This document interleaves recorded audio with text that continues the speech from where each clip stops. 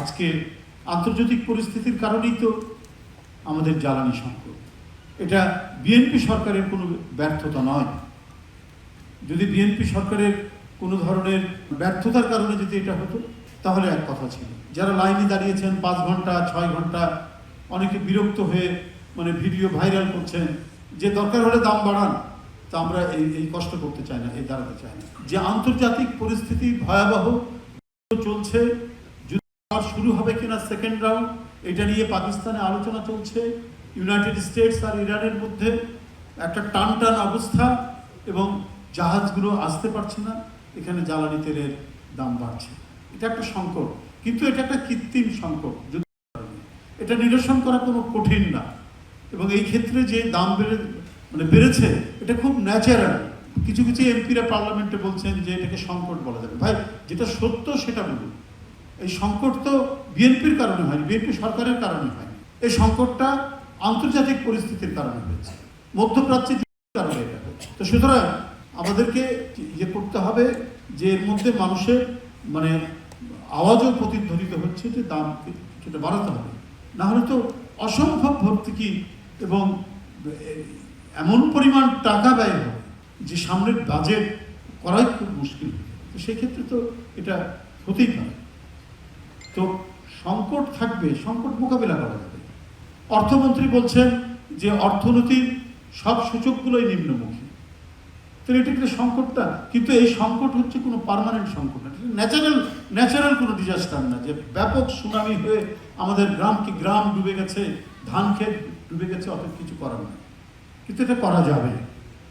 অতীতের বাজেটের যে সীমাবদ্ধতাগুলো সেগুলোকে আমরা যদি বিবেচনায় নিয়ে এসে আমরা যথাযথভাবে কল্যাণমুখী বাজেট করি, তো সুতরাং এটা নিরসন করা কোনো কঠিন না।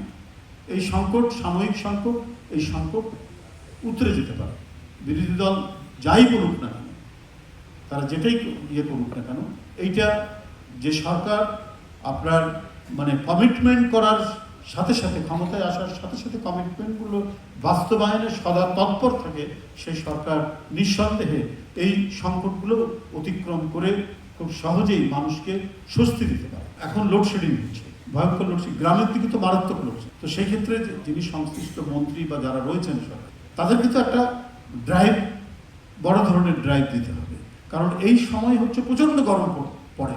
রাজশাহীতে গতকাল 40 ডিগ্রি সেন্টিগ্রেড গরম। তো এই সংকট মোকাবেলার জন্য সরকারকে আরও বেশি তৎপর হতে হবে, বিদ্যুৎ মন্ত্রীকে আরও বেশি তৎপর হতে হবে। তো এতগুলো সংকট মোকাবেলার ক্ষেত্রে একটা হচ্ছে যে সরকারের মন্ত্রীদেরকে ক্ষিপ্র হতে হবে।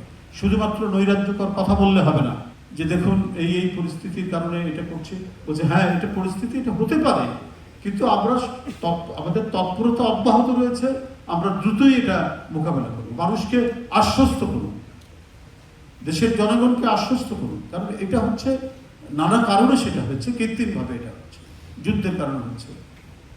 তো সুতরাং এটা আশা করছি যে এটা নিরসন হয়ে যাবে, যুদ্ধ শেষ হয়ে যাবে এবং জ্বালানি তেলের যে সরবরাহ সেটা দ্রুত গতিতে সেগুলো বৃদ্ধি পাবে এবং এই পরিস্থিতি আর থাকবে না। শুধু সংকটের কথা বলে বা সংকট নয় বলে সংকটের দিক থেকে চোখকে অন্যদিকে ফেরানো চলবে না, বরং আপনারা যে এই ব্যাপারে মোকাবেলা করছেন, আপনারা এই ব্যাপারে যে কনসার্ন, সেটাও মানুষকে জানতে দিতে হবে। জনগণের দ্বারা নির্বাচিত বিএনপির জোট সরকার সেই কাজটুকু যেমন করছেন, আমরা দৃশ্যমান দেখছি প্রধানমন্ত্রীর তৎপরতার মধ্যে দিয়ে, অন্যান্য মন্ত্রীদেরকেও দৃশ্যমান থাকতে হবে। তাদের ডিপার্টমেন্টের যে সংকটগুলো রয়েছে জ্বালানির ক্ষেত্রে, বিদ্যুতের ক্ষেত্রে, সেটাও তাদেরকে নিয়ে আসে।